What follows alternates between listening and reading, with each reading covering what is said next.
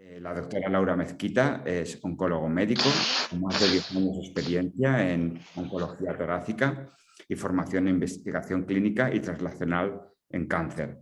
Ha trabajado en el Gustave Roussy de París como médico investigador en oncología y medicina de precisión en cáncer de pulmón. Desde el 2020 trabaja en el Clínic de Barcelona, en la unidad de tumores torácicos y en el grupo de genómica translacional y terapéutica dirigida. Ha iniciado el equipo de Radon Clinic, que muchos de vosotros conocéis, y su experiencia está centrada fundamentalmente en 3 áreas: en la inmunooncología en cáncer de pulmón, en la medicina de precisión y caracterización molecular de tumores y su principal línea de investigación, y en epidemiología molecular sobre el impacto del gas radón. Además, ella es miembro de la junta directiva de ICAPEM, que es una organización de investigación en cáncer de pulmón en mujeres. Y bueno, Laura, yo ya he hecho la presentación y si tú quieres decir algo, pues si no, pues empezamos ya por el turno de palabras a quien quiera romper el hielo, o si no, yo tengo aquí algunas preguntitas que pueden dar o servir de gancho para poder empezar los diálogos. ¿Te parece? Muchas gracias, Bernat. Yo creo que hay algún micro por ahí que está, creo que es ¿Verdad? Sí. que no está en mute, porque es que si no se oye como un ruido de fondo. Sí, pero vamos a verlo. Ahora yo lo... Sí. Y bueno, aprovecho para daros las gracias por invitarme, que es verdad que he tenido la oportunidad a veces de hablar así de forma distendida con algunos de vosotros. Algunos os he visto en consulta, otros ha sido pues en reuniones que hemos hecho con EACAP y ahora es la primera vez que participo en diálogos como tal, así que nada, animaos a hacerme preguntas y pues desde mi humilde opinión os podré ir respondiendo, y si alguno de vosotros es un poco más tímido a hacerla en persona, pues a través de IACAP la podéis hacer y también os puedo contestar si es alguna pregunta un poquito más que os dé un poquito más de apuro, ¿no? Así que no sé quién se anima. Mira, ya tenemos aquí manos levantadas. Laura. Pues Yoli, yo creo que la he visto antes que a Julián. Vale, perfecto. Yoli, luego Julián, ¿vale? Hola Laura, encantada. Mira, mi pregunta es sobre el tema de cuando se crea una resistencia a un fármaco. En concreto esa es una resistencia al lectinib. Entonces, cuando le ponen el siguiente fármaco al paciente, yo quería saber si siempre es posible el reconocer qué resistencia ha creado. Aparte de la mutación por una NGS, que también en nuestro caso se lo han hecho, pero nos han dicho que no se veía nada en nuestro caso. Pero lo que mi duda es el tema de la resistencia que ha creado al fármaco. ¿Eso se tiene que ver o no se puede, o a veces no se ve? No siempre se ve, porque claro, siempre hay como una publicidad positiva porque se describe todo lo que se ve y parece que es que siempre encontramos algo, pero la mayoría de los mecanismos de resistencia en ALK son desconocidos. O sea, en torno a un 50% no se conocen. O sea, que hay fallo de tratamiento y no se identifica ninguna mutación de resistencia. Lo que sí que es verdad es que para que se identifiquen mutaciones de resistencia hay que buscarlas. O sea, que en este caso muy bien porque veo que le hicieron NGS, ¿no? En una biopsia de tejido. No, líquida. En biopsia líquida. ¿Cuánto tiempo llevaba con alectinib? 52 meses. Mucho tiempo. Y le había... Ha sido a nivel cerebral, en Claro. 2 tumores cerebrales. Entonces han dicho que tiene muy poca carga tumoral. Ahí voy, ahí voy. Y además en un sitio en el que no siempre se detecta en sangre. La mejor forma de detectar la resistencia a nivel cerebral es en biopsia líquida, pero del líquido cefalorraquídeo, en vez de la sangre. Lo que pasa es que esa es una técnica bastante sofisticada que no se tiene siempre en todos los centros. ¿Con qué tratamiento lo han puesto? ¿Lorlatinib? Sí, el lorlatinib. Lleva desde el 30 de julio. Vamos, de momento se encuentra fenomenal. Hasta Pues que nos ha... Independientemente, a día de hoy, independientemente de la resistencia y del mecanismo de resistencia, ahí, salvo que se identificara un mecanismo de resistencia al lorlatinib, el tratamiento indicado es lorlatinib, o sea que está recibiendo el mejor tratamiento que hay y además pasa muy bien la barrera hematoencefálica, es decir, que llega muy bien a las lesiones en la cabeza. Así que está Vamos, recibiendo lo que tiene que hacer. sí, en principio el tratamiento era el adecuado. Lo que me llamaba la atención, porque, a ver, como yo ya sé el tipo de las diferentes resistencias que se crean, bueno, pues por saber la que había generado, si es que la he generado, si la ha generado, claro. Piensa que nosotros siempre estudiamos la resistencia siempre que sea viable. Y viable es que tenga una lesión que sea accesible, que sea fácil de pinchar y que no sea un riesgo para el paciente. Y en este caso las lesiones en la cabeza normalmente son un riesgo para el paciente pincharlas. Y entonces no se tiende a hacer biopsia de tejido, que sería la mejor forma de saber resistencia. Cuando no se hace una biopsia de tejido, la alternativa es la biopsia líquida, como sabéis. Pero la biopsia líquida, no en sangre, en este caso tendría que ser el líquido cefalorraquídeo, y ya digo que es una técnica que no tengo yo muy claro que esté implementado en muchos centros, no sé si hay en contados centros se hará a día de hoy. Vale, pues muchas gracias. Julián, yo creo que era el siguiente. Ahora le toca el turno a Julián, sí. Hola, buenas tardes a todos, Bernard y doctora. Y bueno, va en la línea, y en realidad os quería hacer dos preguntas que van muy en la línea de lo que preguntaba Yoli, porque la primera era cuando llega el momento, bueno, antes me presento, yo soy paciente ALK positivo y llevo 20 meses tomando alectinib. Entonces, yo creo que una de las cosas que más nos preocupa a todos, casi todos hemos empezado tomando alectinib, es cuando hay progresión en las alternativas después, porque ya sé que no hay ninguna certera, aunque el orlatinib es el recomendado, pero que en un porcentaje sí funciona y en otros casos no, en otro porcentaje no. De eso, la primera pregunta sería alternativas para cuando llegue el momento de progresión, de si tratamiento local, de si directa, bueno, entiendo que lo de la biopsia líquida, si hubiera de tejido posibilidad perfecta, pero un poco alternativas en ese momento. Y la segunda pregunta está relacionada con las biopsias, porque yo por lo que voy leyendo, yo creo que todos hemos hecho un pequeño máster en nuestro tipo de enfermedad. Las biopsias líquidas en un porcentaje muy alto no dan nada significativo. Y lo que le quería preguntar, doctora, es si hay algún tipo de técnica o de empresa que haga, digamos, que las biopsias líquidas sean de mayor precisión. Dentro de lo que he leído he visto que hay las básicas como que buscan restos del tumor en el ADN, también en el ARN, en restos de proteínas, algunas que examinan como 80 mutaciones, otras como 200. Entonces, no sé si hay algún tipo de biopsia líquida más precisa o que sea capaz de profundizar más que la media. Ya. Bueno, son varias preguntas, voy a intentar contestar.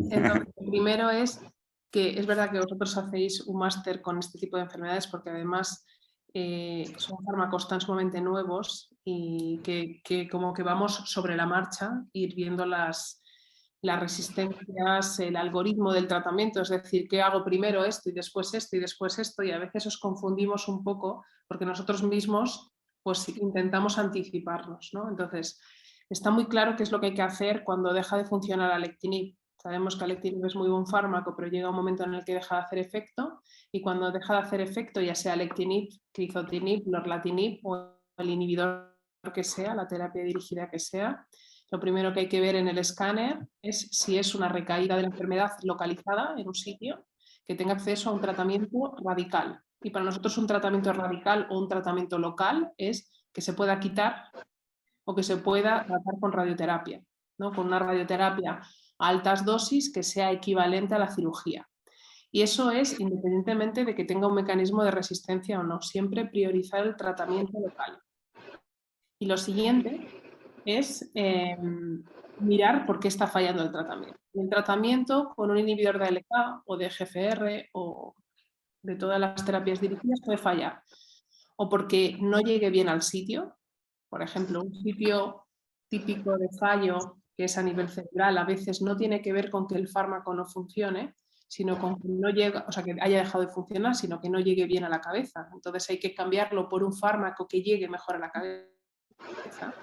Puede ser porque se haya desarrollado un mecanismo de resistencia que llamamos on-target, es decir, dentro de la misma vía molecular de ALK, o que sea un mecanismo off-target, que es fuera de la vía molecular de ALK y que sean otros. Entonces, lo que hay que hacer cuando analizamos la resistencia es que sea un panel o primero una técnica que analice y que identifique todos esos tipos de resistencias diferentes y luego que sea una técnica lo más sensible posible. Era lo que comentabas, Julián, que no vale que sea que te analice una cosa y no te analice la otra. Entonces, ¿qué técnica? Pues NGS. ¿Con qué panel?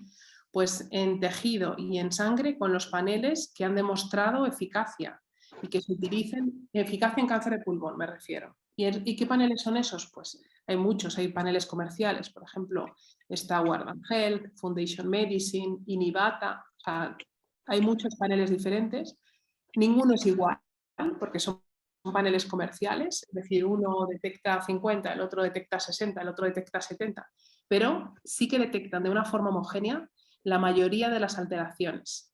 O sea que no es que por uno haya una diferencia muy grande respecto a otro. Casi siempre unos tienen unos pros y contras, pero que son, pues este detecta mejor, pero detecta menos. Este detecta más cosas, pero a lo mejor menos profundo. Entonces, lo que hay que siempre tener en cuenta es que sea NGS para que se analicen muchas alteraciones en un mismo test y que sea en tejido, sangre, si no hay posibilidad de hacerlo en tejido. Obvio que si se puede hacer en los dos, pues en los dos, ¿no? Lo que te aporte más información. ¿Y por qué hacer una biopsia? Porque muchas veces me preguntan, ¿para qué voy a hacer yo una biopsia si luego me van a poner lorlatinib? O sea, ¿qué me aporta si voy a recibir siempre el mismo tratamiento? Y es porque el lorlatinib funciona, ¿no? Ese sería el tratamiento natural, poner después de alectinib lorlatinib, y eso funcionaría en la mayoría de los pacientes. Pero hay pacientes en los que no funciona el lorlatinib. O bien porque tiene un mecanismo de resistencia que no es sensible al lorlatinib, y en ese caso los pacientes tendrían que recibir otro tipo de tratamiento que no fuera lorlatinib. O bien porque a lo mejor no hace falta poner lorlatinib, porque hay otros inhibidores que tenemos, no sé si alguno de vosotros conoce, pero está ceritinib, está brigatinib, que son otros inhibidores de ALK que ahora se consideran que no funcionarían después de alectinib, pero los pacientes pueden desarrollar, no los pacientes, la enfermedad puede desarrollar resistencia a un inhibidor, alectinib, y hacer que sea sensible a otro, que no sea lorlatinib. Y nos guardamos lorlatinib para tercera opción. ¿Qué pasa? Que no podemos estar haciendo una coctelera mágica. No podemos coger y ponernos a probar y a ver lo que sale. Hay que probar todo esto dentro de ensayos clínicos en los que se demuestre que eso es mejor que poner directamente lorlatinib. Y hay un estudio que está abierto, yo soy la investigadora principal del estudio, no es por hacer publicidad, pero bueno, que lo conozcáis, que se llama Alkaline. Es un estudio que está abierto en 11 centros en España. Y entonces, en Alkaline, nosotros hacemos biopsia líquida durante el tratamiento con alectinib, cada 3 meses, para ver en qué momento la enfermedad falla. Y en el momento de fallo, hacemos una biopsia líquida al diagnóstico, o sea, al momento de la progresión, y en función del tipo de resistencia que encontremos en biopsia líquida, todos los pacientes reciben lorlatinib. Pero vamos a evaluar en qué paciente va mejor lorlatinib, si en el que tiene mecanismo de resistencia conocido, si en el que tiene otro mecanismo o en los que no tienen nada, como el familiar de Yoli, que no sabemos lo que tienen y vamos a ver. Entonces ese es un estudio que puede favorecer, que favorece a los pacientes porque tiene toda la información, ¿no? Tiene el acceso a los fármacos y toda la información de la biopsia líquida, y también a nosotros los médicos porque nos ayuda a responder a una pregunta. O sea que todavía no tenemos, me he alargado mucho, pero todavía no tenemos una respuesta a por qué alternativas hay al lorlatinib, pero sí que estamos estudiando si lorlatinib es la mejor opción siempre. Súper interesante, muchísimas gracias. Súper interesante, Laura, de verdad. O sea, lo has explicado fenomenal. Muy bien, muy bien. Sí. Pues Consuelo ha levantado la mano así por el sistema tradicional. Y tengo una pregunta en el chat también. Sí, en el chat, buenas tardes. Había preguntado si la inmunoterapia es ya factible para ROS1. Bueno, 2, 1. Porque voy leyendo cosas de diferentes sitios y la verdad es que no queda demasiado claro. ¿Con qué tratamiento estás, Consuelo? Pues ahora estoy con Lorlatini. ¿Y cuánto llevas con Lorlatini? Pues llevaré poco, unos 4 meses o 5, es lo que llevo. ¿Y lo llevas bien? Sí, la verdad es que... Bueno, he tenido mis problemillas, bueno, sigo teniendo problemas con el colesterol, todavía lo tengo a 400, así pero luego problemillas musculares, pero bueno, bien, estoy muy bien. Colesterol y triglicéridos, que es lo que más os preocupa a vosotros y de lo que menos nos preocupa a nosotros, pero bueno, se controla con pastillas. Sí. Eso te vamos a decir que es un mal menor. Entonces, la inmunoterapia, yo trabajé en un estudio... Encima no. Uy. Sí, alguien se ha acoplado. Yo trabajé en un estudio que hicimos a nivel multicéntrico en muchísimos países, ya no me acuerdo cuántos, evaluando si la inmunoterapia funcionaba en los pacientes que tenían tumores con biomarcadores. Y la verdad es que hay pacientes con los que está claro que no, los pacientes EGFR, los pacientes con ALK, y los pacientes con ROS había un número de pacientes muy pequeñito. Entonces, a priori parecía que no, pero no quedaba muy claro. Ese fue el primer estudio. Era inmunoterapia sola, sin nada más. Después ha habido otros estudios que han ido saliendo en los que también números muy pequeñitos. Entonces, desde el punto de vista estricto, yo diría, no hay seguridad, Consuelo, de que la inmunoterapia funcione alguna vez. Y además puede suponer un riesgo. Para la salud. Porque en algunos pacientes puede ir más rápido la enfermedad. Por lo tanto, creo que no es viable. Bueno, y tenía también otra pregunta, y es que también el año pasado, bueno, leí una noticia sobre que en la Universidad de Granada había descubierto los mecanismos de la metástasis, que cómo se escondían las células en el torrente sanguíneo y se extendían por todo el cuerpo. Entonces yo lo que quería preguntar es si esos estudios que hacen otras universidades y que se publican tienen luego una aplicación práctica para que los laboratorios busquen algo que puedan aplicar en... Pues mira, casi siempre, es decir, la mayoría de las veces no, pero en un porcentaje pequeño sí. O sea, esa investigación que hacen las universidades demostrando que tal vía molecular ayuda a la proliferación y a que se tape el tumor, pues sí, aporta información. Pero cuanta más información de esa se tiene, entonces es cuando se empiezan a dar cuenta de que hay muchos artículos que posicionan que el cáncer de pulmón se escapa por tal vía. Y ahí empiezan y dicen, esa vía es de interés, hay que crear fármacos para bloquear esa vía. Entonces, ahí hay que separar dos cosas. Una es la investigación, que se hace muchísima investigación preclínica, y luego lo que es la investigación real clínica y con un impacto para los pacientes. Porque además en las noticias siempre veréis que ponen curado el cáncer de no sé cuál en ratas. Bueno, pues en ratones y en ratas es muchísimo más fácil curar el cáncer. Primero porque son tumores que están creados en un ambiente que no es real, que suelen ser tumores, ratas en unas condiciones y ratones en unas condiciones que no son las mismas que los humanos.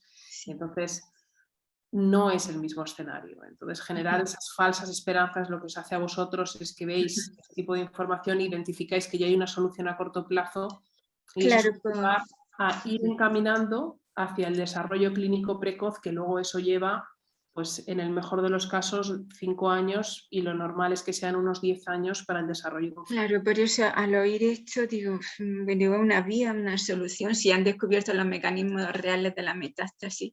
No, pero... Digo, pero ¿dónde está la aplicación práctica? No, aportan un granito de arena pequeño para decir, ojo, hay que mirar por este lado, porque se puede estar escapando por aquí. En el caso, por ejemplo, en el caso de tu enfermedad, Se conoce muy bien cuáles son los mecanismos de fallo. Es muy parecida a LK.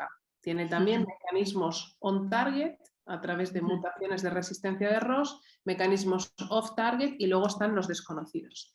Y de hecho los fármacos nuevos que se están creando, que no son repotrectinib, que es el fármaco que se utiliza después del orlatinib, son fármacos que revierten las resistencias a los inhibidores previos. Pero de nuevo, pues veremos cómo se posicionan todos esos fármacos para saber si es mejor uno y luego el otro, si es mejor otro y el otro.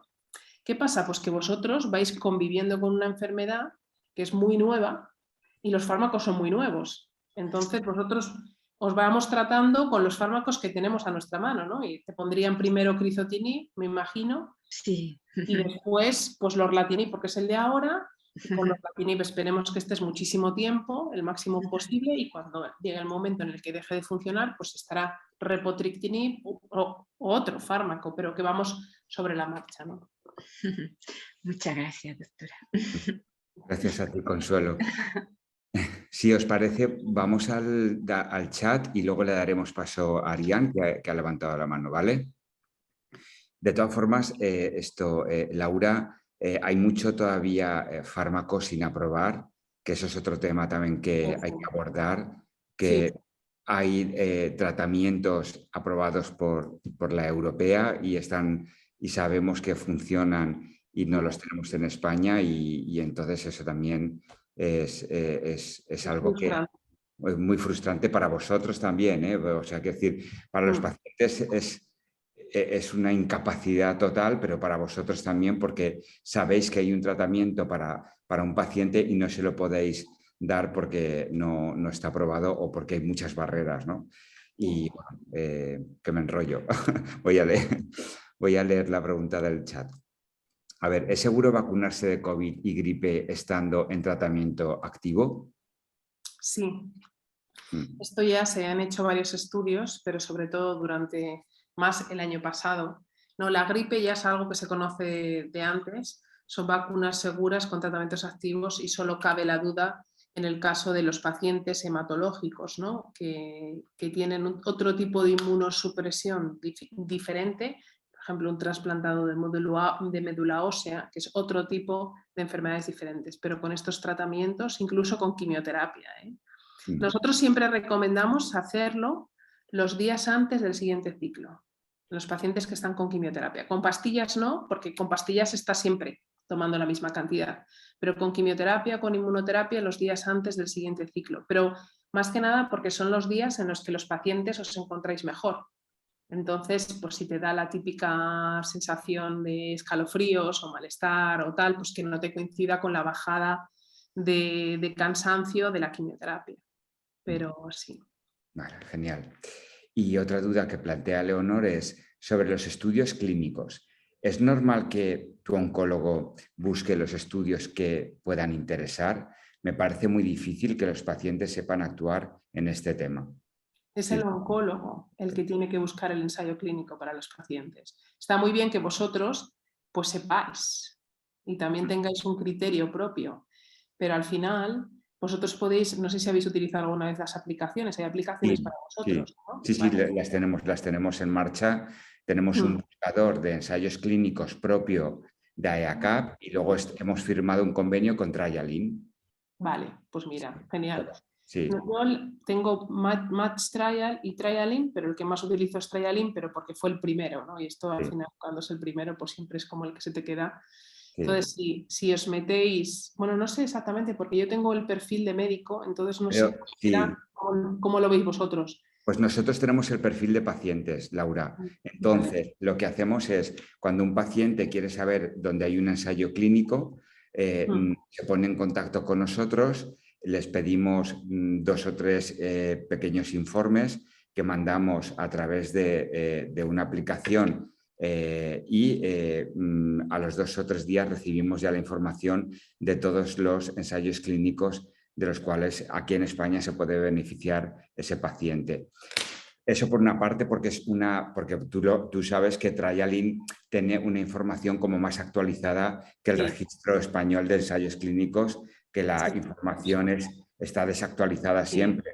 Entonces eso genera mucha inseguridad también. Están los ensayos clínicos, entonces por eso hicimos y firmamos ese convenio con TrialIn, porque sé que los oncólogos que estáis en esa plataforma actualizáis la información en tiempo real, ¿no? Entonces, por eso, sí. Yo, vamos, TrialIn es desde luego, desde parte del clinic, es en directo total. O sea, en cuanto hay algún cambio en el estatus, se manda y enseguida. Y nosotros lo utilizamos, vamos, yo ayer pasé consulta y estuvimos mirando, porque además es una forma muy intuitiva.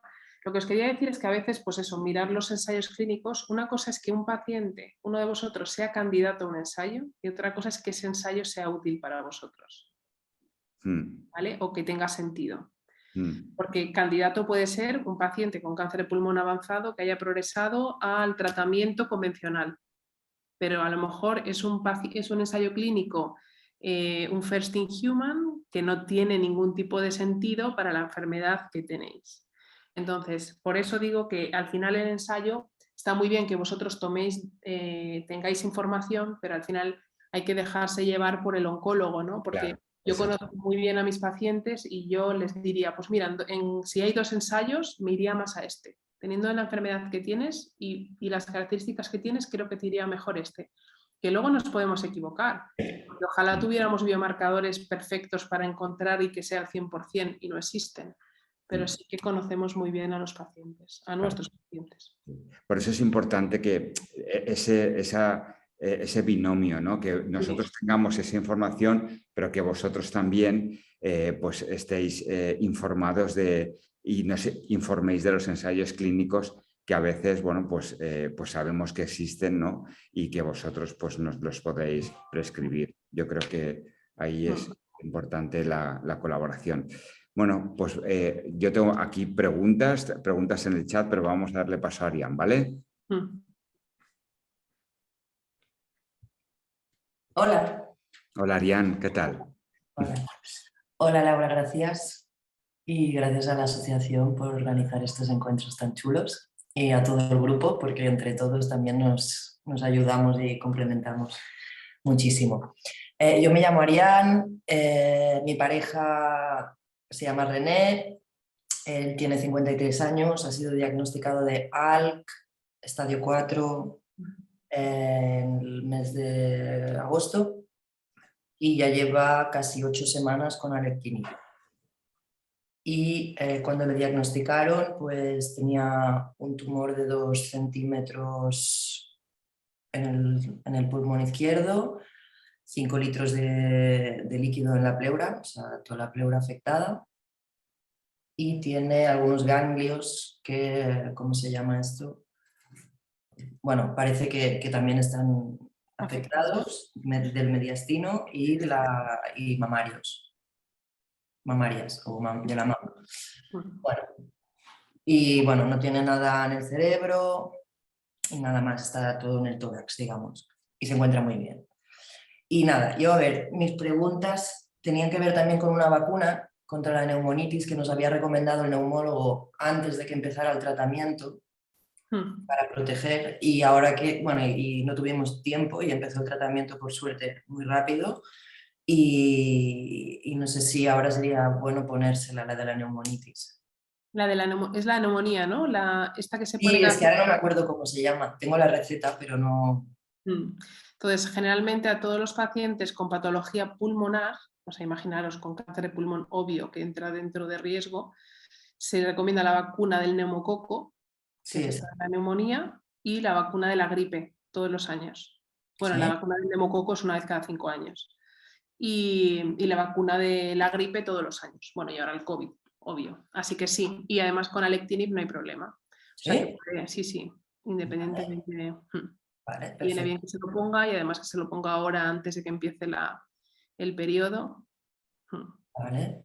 ¿Dónde le tratan? En el clinic. Ah, en el nuestro.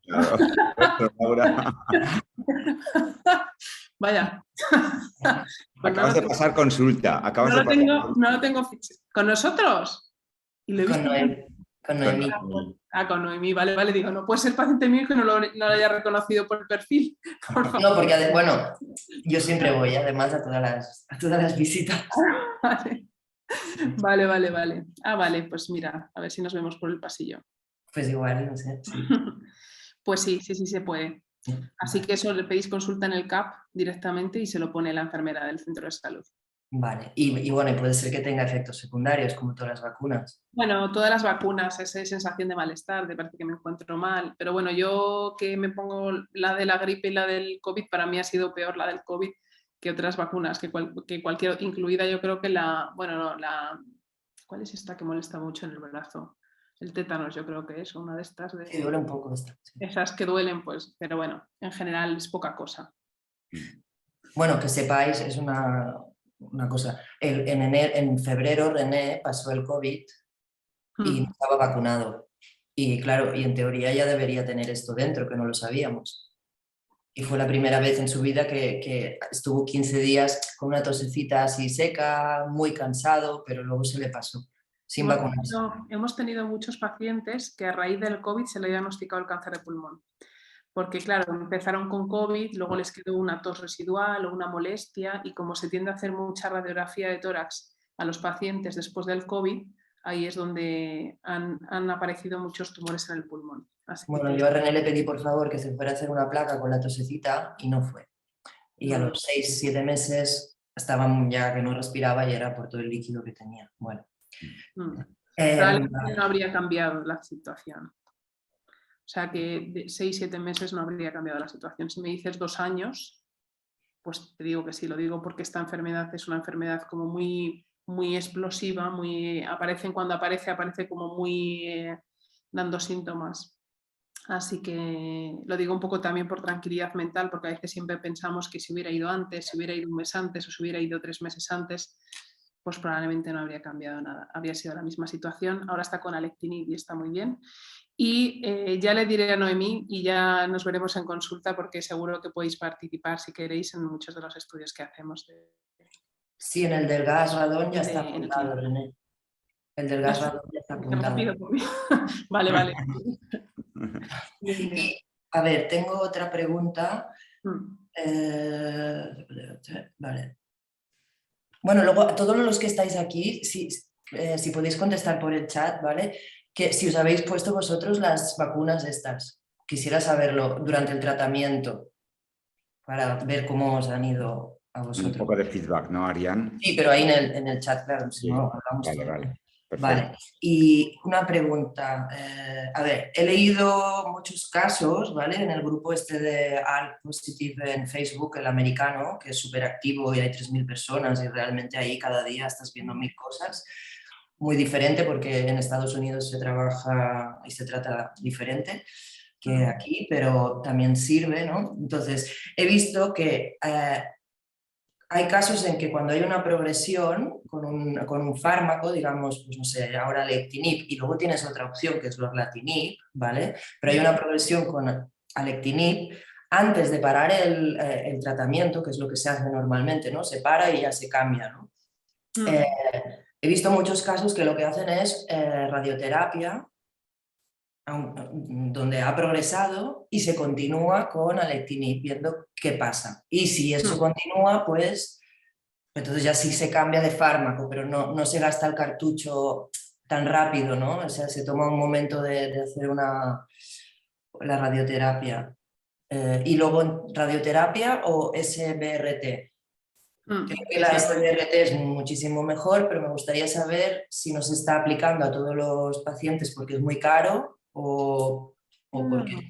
Vale. No, la radioterapia, la SBRT es una radioterapia que nosotros llamamos radiocirugía o radioterapia ablativa, que es la misma radioterapia, pero en un área muy pequeña, dar dosis muy, muy altas. Y entonces se llama radiocirugía porque es como la alternativa a una cirugía. Pero es lo que comentaba antes a Julián, de siempre que haya un tratamiento, o sea, siempre que haya una recaída local y que sea candidato a un tratamiento radical, siempre se va a priorizar eso y no cambiar el fármaco. Entonces, ¿qué pasa? Hay excepciones, por ejemplo, a nivel cerebral. A nivel cerebral, si hay varias lesiones, si es una lesión solo, se tiende a hacer radioterapia. Pero si son muchas lesiones, la indicación de tratamiento de radioterapia es una radioterapia que se llama holocraneal, que es irradiar el tejido cerebral entero, el sano y el enfermo. Y los pacientes con enfermedad de ALK normalmente tienen supervivencias muy buenas y muy largas, y la radioterapia holocraneal genera deterioro cognitivo, es decir, como un deterioro como un Alzheimer precoz. Entonces, hacer radioterapia en esa zona supone una limitación de las capacidades. Entonces, imaginaros, ¿no? Hay pacientes, pues tu pareja tiene 50 años, pero nosotros tenemos pacientes de ALK con 20 años. O sea, la radioterapia cerebral no es una opción para ellos. Por eso, en esos casos puede ser la excepción. Pero si tiene una recaída local, siempre vamos a intentar ir al tratamiento local, manteniendo el fármaco, eso sí. Porque el problema que tiene esta enfermedad es que es muy adictiva, o sea, muy adicta a la vía molecular. Entonces, o la mantienes bloqueada con la pastilla, en cuanto dejas la pastilla, la enfermedad se escapa. Entonces, hay que hacer tratamiento local de lo que se está escapando, que no es sensible a la pastilla, y continuar con la pastilla. Y en el caso de que la progresión es cerebral, dices, radioterapia pues no es conveniente porque te deja daños, Claro, pero eso, la SBRT funcionaría. dependiendo del número de lesiones. Claro. Entonces, las lesiones tienen que ser menores a 3 centímetros, incluso en algunos casos un poquito más pequeñas, porque la de 3 centímetros, dependiendo de la localización, puede dar radionecrosis, que es una toxicidad de la radioterapia a nivel cerebral que puede dar tantos problemas y más que la propia enfermedad, y normalmente se hace con menos de 3 lesiones. Entonces, a veces las recaídas de la enfermedad a nivel cerebral son múltiples. Y por eso se tiende a cambiar el inhibidor a un inhibidor de ALK o de ROS o de GFR que tenga muy buena penetrancia cerebral. Vale. ¿Puedo otra pregunta? Sí, claro. Luego le daremos paso a Concepción y luego yo ya haré algunas de las que han llegado al chat y de las que me han llegado aquí, ¿vale? ¿Os parece? Pero venga, dispara, Arián. Venga, va, la última, sobre quimio, ¿vale? Cuando yo descubrí esto de ALK y te empiezan a hablar de esto, ¿no? Te dicen que la quimio no sirve, ¿no? Entonces, luego veo que cuando ya has agotado los inhibidores, se hace quimio, o en casos se hace quimio. Y eso ¿cómo funciona? Quiero decir, la quimio se carga las células que están mal y hay un momento que se queda parado y luego se puede tomar otro tratamiento. No es que no funcione la quimioterapia, es que los inhibidores de ALK son mejores que la quimioterapia. Pero la quimioterapia funciona. De hecho, hay pacientes que son con ALK y con ROS1 que son muy, muy, muy sensibles a una quimioterapia que se llama pemetrexed o Alimta, junto con el platino, no solo a la Alimta, sino con el platino, que le tenemos mucho miedo siempre y que intentamos no ponerlo, y es uno de los mejores tratamientos para el cáncer de pulmón. Y a día de hoy hay pocos tratamientos que han demostrado ser mejores. Pero los inhibidores de ALK son mejores porque han demostrado mejor supervivencia libre de progresión, que es uno de los objetivos que nosotros miramos en los ensayos clínicos, con muchísima mejor calidad de vida. Y eso ha hecho que cambiara la práctica clínica y dejáramos de utilizar quimioterapia. ¿Y qué hacemos? La vamos relegando para atrás. ¿Qué es lo que nosotros queremos? Que los pacientes no lleguen a quimioterapia, que haya siempre inhibidores de ALK. Por eso yo cuando veo a un paciente nuevo, porque claro, los inhibidores de ALK llega un momento en el que dejan de funcionar. Entonces es un poco frustrante, ¿no? Y muchas veces vosotros venís a la consulta la primera vez y nadie os ha dicho que tenéis metástasis o que tenéis enfermedad avanzada en otro sitio y os lleváis el susto a nuestra consulta y nosotros os decimos, oye, con esta enfermedad en el mejor de los casos podemos cronificar la enfermedad, pero no podemos curarla a día de hoy. Entonces, ¿qué es lo que hacemos? Ganar tiempo. Pero con estos inhibidores de ALK se gana mucho tiempo. ¿Y qué pasa ganando tiempo? Pues que vienen fármacos nuevos. Y que en 10 años tenemos 6 inhibidores, que es un desarrollo clínico impresionante, pero es que vienen 3 de camino para revertir lo que hace que no funcione lorlatinib. Entonces van surgiendo nuevos y nuevos. Entonces, ¿cuál es el objetivo de alectinib? Daros tiempo. ¿Cuál es el objetivo de los lorlatinib? Daros tiempo, ganar tiempo para alejaros lo máximo posible de la quimioterapia. Si llega la quimioterapia, pues recibir la quimioterapia, que es un fármaco que tiene más efectos secundarios, pero que también es eficaz, y ganar tiempo para que lleguen inhibidores nuevos y nuevas opciones de tratamiento. Muchas gracias. Muchas gracias, Laura, también, y a ti, Arián. Vamos a darle paso a Concepción. Concepción, tienes la mano levantada. Pero está en silencio. Sí, está mutada, sí. Bueno, pues, a ver, Concepción, hola. A ver, es que no sé si es que esta tarde solo estamos hablando, porque yo estoy tomando el osimertinib y a lo mejor Sí. no es la charla que es la adecuada para mí, digamos, porque veo que todo... Concepción, es de todos los tipos de cáncer de pulmón. O sea que... Exactamente, eso es. Vale, Sí. vale. Nos conocemos con la doctora porque yo me visito en el clinic y he entrado en En los estudios que tenemos de radón y de genética. Exacto. Entonces yo estoy tomando este medicamento que es el osimertinib y resulta que los 2 primeros meses me bajó el marcador y después al tercer mes volvió a subir. Y es verdad que me han hecho el TAC-PET y la cosita que tengo, digamos, pone que capta muy poquito, pero lo que no entiendo es lo del marcador, es que no lo entiendo. Lo del marcador porque está disparado y como que se ve poca cosa, no sé. Ya. Esto a nosotros no nos suele pasar mucho en cáncer de pulmón porque casi nunca seguimos a los pacientes con marcadores. O sea, conozco tu caso y sé cuál es la situación, Sí. Que es un poco extraordinaria y precisamente por eso yo no le haría mucho caso al marcador. O sea, el marcador que tú tienes alto es un marcador que ni siquiera está validado para el cáncer de pulmón. O sea que seguro que si os hiciéramos una analítica a cada uno de vosotros tendríais altos los marcadores tumorales de forma indirecta, porque son marcadores de adenocarcinoma generalmente de colon o de ovario y a veces pueden estar altos también en los adenocarcinomas de pulmón.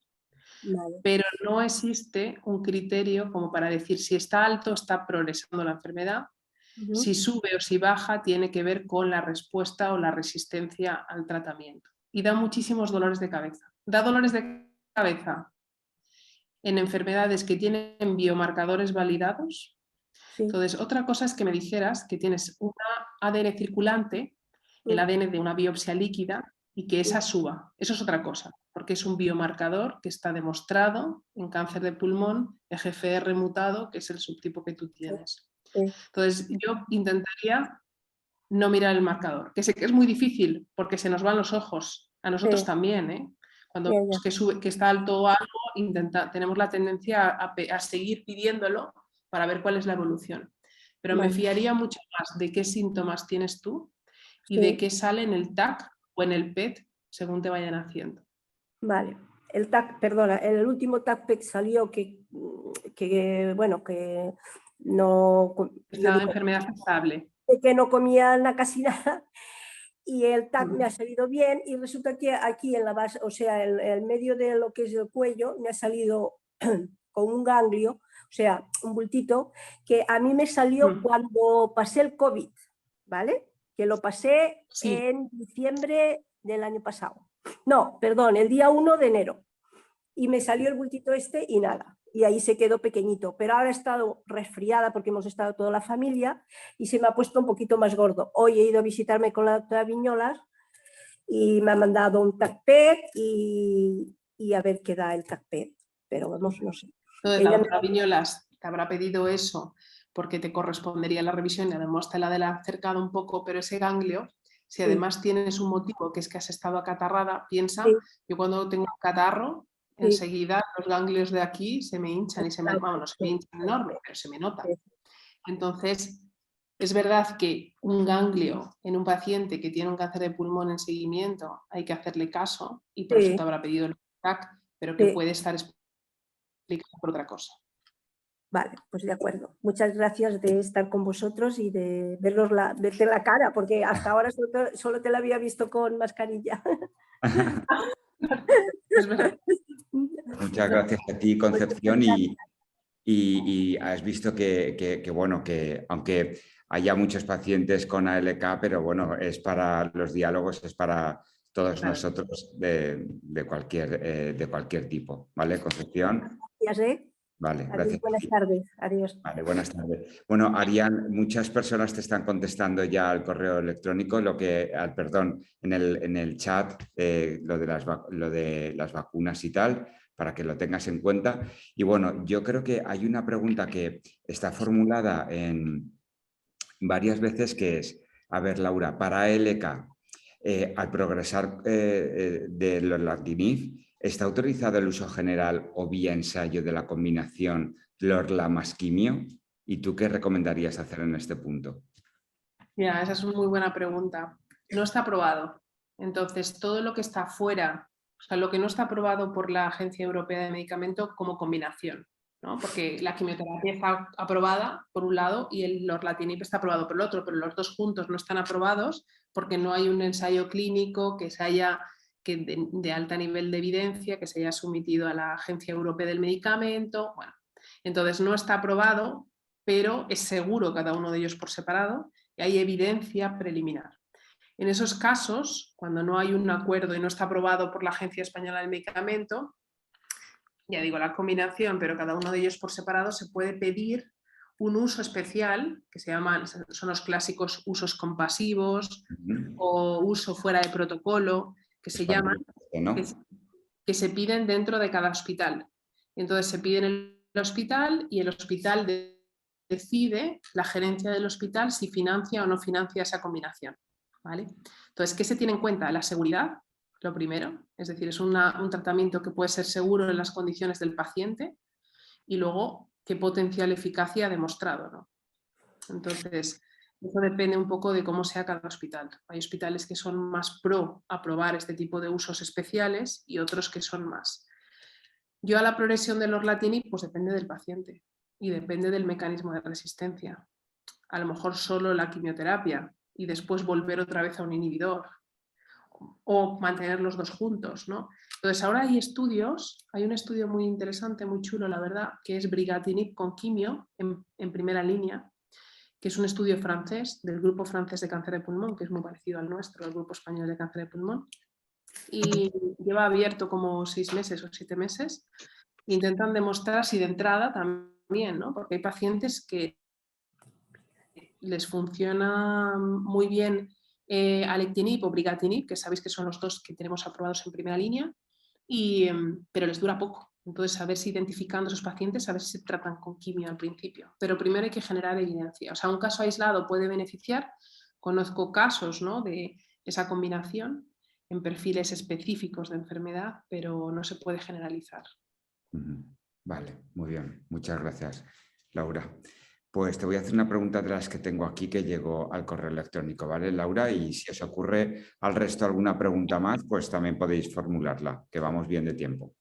A ver, dice, para pacientes con mutaciones, ¿crees que una vez agotadas las terapias dirigidas y quimio podrían ser de utilidad y en qué punto de aplicabilidad están la inmunoterapia con celular, con TILs o vacunas? No sé si te la formulo. La pregunta, o sea, la inmunoterapia seguro que por ahora no, en la mayoría de los pacientes con biomarcadores, en algunos sí. Por ejemplo, BRAF diferente, CARRAS sí, pero bueno, lo que es EGFR, ALK, ROS, RET, ¿no? La terapia celular hay muy poquita evidencia, muy poquita, he incidido en muy poquita, pero a mí me parece muy interesante. Es un estudio publicado, no me acuerdo cómo se llama el señor, pero es un Krilan, creo que se llama, Krilan, que ahora no me acuerdo de qué hospital está, en un hospital americano, y entonces tiene publicado el estudio de TILs en cáncer de pulmón no célula pequeña, y eran pacientes que les ponían tratamiento con nivolumab, creo que era inmunoterapia, y no funcionaba la inmunoterapia y Durante el tratamiento de inmunoterapia que les creaban los TILs y después les infundían los TILs, la terapia celular con TILs.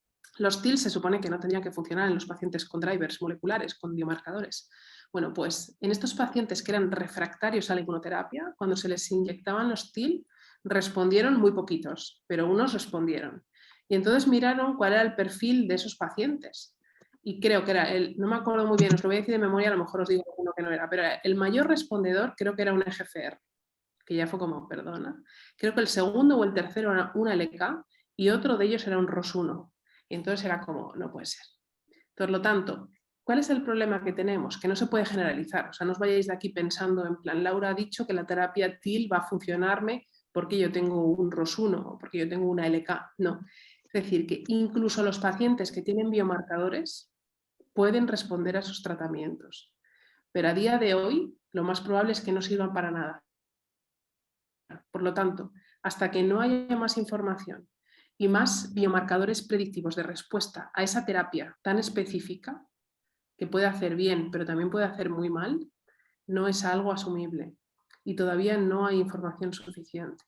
Entonces hay que tener mucho cuidado, sobre todo eso, a la hora de exponerse a estos tratamientos, porque ojalá tuviéramos la respuesta, pero ahora mismo hay muchos estudios, o sea que es esperable que en, voy a decir, 2 años tengamos más información. 1 año a lo mejor es todavía pronto.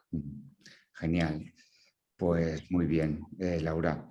Te voy a hacer una pregunta, a lo mejor que es muy, pero bueno, como la han formulado y así también te escuchamos a nivel formativo como lo haces. Dice, ¿qué diferencia hay entre adenocarcinoma y carcinoma? Son, iba a decir son lo mismo, pero no, si me oye el profesor de anatomía patológica. Sí.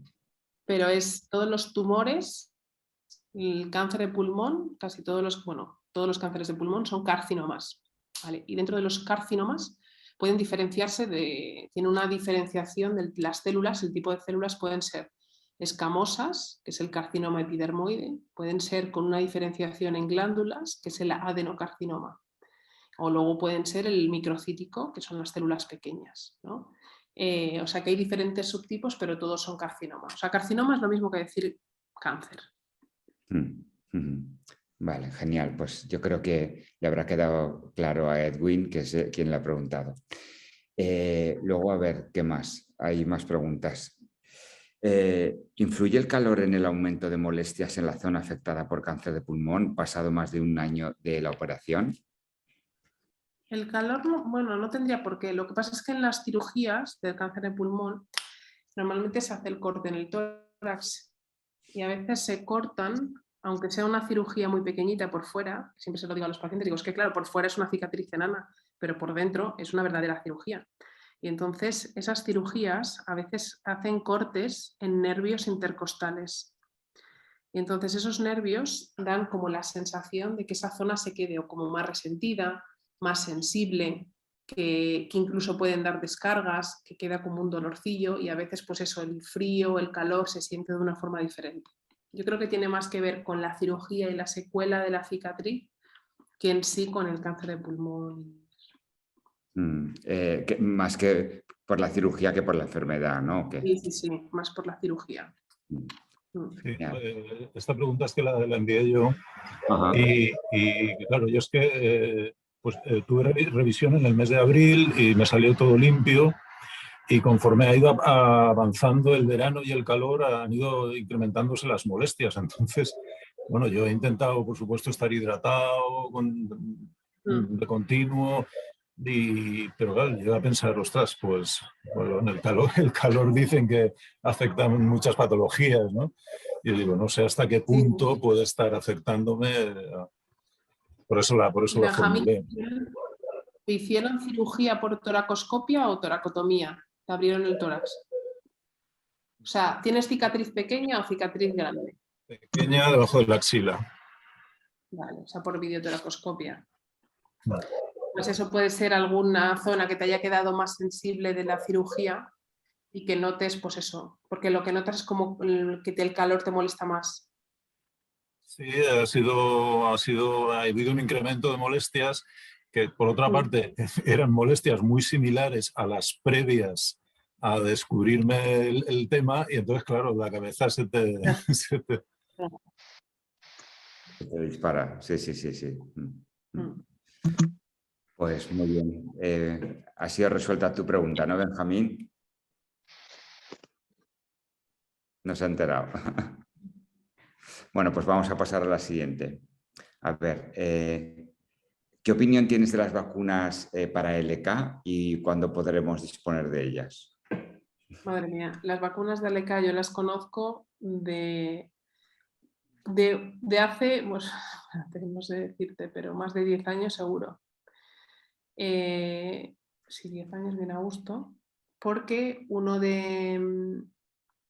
porque investigaban en Dana-Farber en Estados Unidos esas vacunas Martha Ward, que es uno de los oncólogos, ahora es el jefe de tumores torácicos, y me acuerdo que le dieron una beca de la Asociación Internacional de Cáncer de Pulmón sobre la vacuna LK. Y yo me acuerdo que lo vi y dije, perdón, eso es dinero tirado a la basura, no va a servir para nada, la inmunoterapia no funciona y tal, que es mentira, porque sí que funcionará en algún perfil muy localizado de pacientes. A día de hoy ha pasado todos estos años y todavía no hay nada.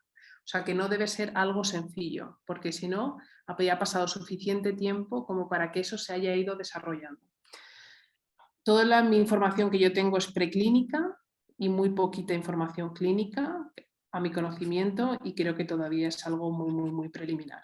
Pensad que cuando se crean a veces se piensan, claro, como ALK tiene una diana, pues podemos ir contra ALK, y si bloqueamos a ALK con una vacuna, pues podría ir muy bien. Pero ALK es un gen que tiene que ver con el desarrollo neural y con la embriogénesis. Entonces, bloquear ese gen no es tan sencillo y puede tener efectos secundarios importantes, ¿no? Esto es lo que nos pasa con la difusión cerebral, ¿no? Que tenga apetencia a nivel... Es una enfermedad que el bloquear solo a LK no es tan sencillo, porque puede tener impacto, me refiero, en el tejido sano. Pues probablemente se necesita hacer mucho más y es mucho más complejo. A lo mejor los CAR T-cell, que son la terapia celular, no con TILs, sino con los CAR T-cell, que son los TILs, pero un poco modificados genéticamente, frente a una proteína, en eso yo le tengo más fe, pero no seleccionado por ALK o por ROS o por EGFR, sino seleccionado por marcadores de adenocarcinoma, que es hacia donde van los tiros, ¿no? Que están intentando buscar qué marcadores son comunes en los adenocarcinomas de pulmón, independientemente del biomarcador que tengan, y ver si pueden diseñar un fármaco que ataque a las células de adenocarcinoma y que esté solo presente en el adenocarcinoma. Pero bueno, por ahora ya digo que no es algo muy, muy preliminar. Esto está en investigación, ¿no, Laura? Sí, es investigación, pero investigación precoz. O sea, Sí. estamos hablando de fases 1. Sí, claro, sí, sí, sí. Un diagnóstico muy temprano, muy temprano. Vale, pues a ver, yo creo que da tiempo para 2 preguntitas más, Laura. Y si mira, Monse levanta la mano. Venga, Monse. Hola, buenas tardes, Laura. Bueno, yo te conozco porque también estoy en tu ensayo de Radon. No sé si te acordarás de mí, soy la del Espinar. Y yo quería, sí, a raíz de la pregunta que te ha hecho Benjamín sobre la operación. Yo estoy operada del tumor primario que tenía en el pulmón izquierdo. Y yo mantengo un nódulo en el pulmón derecho solitario que lleva 3 años ahí, cada 9 meses haciendo un movimiento, pero ahí. Y yo insisto mucho a mi oncólogo en una posible segunda operación. Y él insiste constantemente en que no puede ser. Y yo me gustaría saber qué posibilidades en un momento determinado de acceso a una segunda operación, ya que ese nódulo se ha mantenido ahí solitario durante 3 años. Y a mí siempre me da la impresión de que es como que le estoy dando la opción a que se extienda. Y entonces siempre pregunto por la opción de una segunda operación. Mi oncólogo insiste. Ahora mismo que me cambiaron el tratamiento, bueno, cuando fui a verte me acaban de cambiar el tratamiento, estoy en un ensayo clínico con sitrabatinib y novolumab y mide 1,7 con 2, con 2 y por 1,7, con 1,5. este siempre está ahí, pasa de 2 con algo a 1 con algo, le ponen el tratamiento, reduce y a los 9 meses o así vuelve otra vez a crecer. Pero ese es el tumor primario. No, ese es una primario no. metástasis. Eso lo consideran una metástasis, sí, porque apareció, pues eso, a los 9 meses de la operación. En el otro pulmón. En el otro pulmón. Pero no hay afectado ni nódulos, ni hay nada más, que está el solitario, siempre ha respondido incluso a la inmunoterapia, al principio, ahora también está respondiendo. Pero claro, mi problema es que durante estos 3 años, un periodo cada 9 meses o 10, pues crece un poco. Pero luego le ponen el tratamiento y disminuye, pero sigue manteniéndose ahí. Luego yo insisto, pues quitarlo y quitarlo. Era un poco preguntarte tu opinión sobre una segunda intervención o... No sé. A ver, nosotros sí que alguna vez hemos operado. Es difícil presentarle el caso a los cirujanos porque ellos asumen que cuando un paciente es metastásico y tiene metástasis el tumor ya no es operable, pero a veces se puede operar. Entonces, para que se opere, una metástasis tiene que ser única, tiene que tener una evolución lenta y que veamos y que esté bien posicionada. Es decir, que imagínate, a lo mejor tienes una lesión de 2 centímetros que yo la estoy viendo como pequeñita y encima ilocalizada, perfecta para cirugía, y resulta que veo tu escáner ahora mismo y es una lesión central entre dos lóbulos del pulmón izquierdo, me has dicho que está, ¿no? No, ¿en qué pulmón estaba? En el izquierdo. Ay, espera, que te has puesto el silencio. Monse. Es que me ha entrado una llamada, no te he oído. Vale. No, ¿en qué pulmón lo tienes? Está localizada en la parte derecha, en la parte de arriba del pulmón derecho. Vale. Hay incluso veces que piensan que la última vez, es que parece que se ha salido, pero luego lo analizan y sigue estando en la parte superior del pulmón derecho. Vale. Entonces, lo único que hay que a mí me dieron radioterapia RBA, se llama, ¿no? Y entonces hay un poco de inflamación, porque yo insisto, por volverme a poner la radio, pero claro, dicen que volver a radiar en el mismo sitio, pues que no. Claro, pues operarme. Por eso. Claro, pero nosotros la radioterapia, eso que dices que está un poco inflamado, en realidad no es que esté inflamado, está como una piedra. Como una piedra, y esa zona que está irradiada normalmente cicatriza muy mal. Entonces puede ser una situación de riesgo para ti la cirugía. Probablemente por eso, te digo que ya es un poco de demasiada suposición que te estoy haciendo, pero puede ser que sea, si está en una zona de radioterapia. Y luego puede ser que esté intercisural o que esté cerca de una cisura, y es decir, que quitar el lóbulo entero no te asegure que lo quites entero. Entonces hay que quitar 2 lóbulos y a lo mejor la función pulmonar esperable después de quitarte los 2 lóbulos es muy baja. Y a veces pues una cosa es que se pueda quitar y otra cosa es que el paciente se pueda operar porque le pueden dejar con una limitación de la función respiratoria de por vida.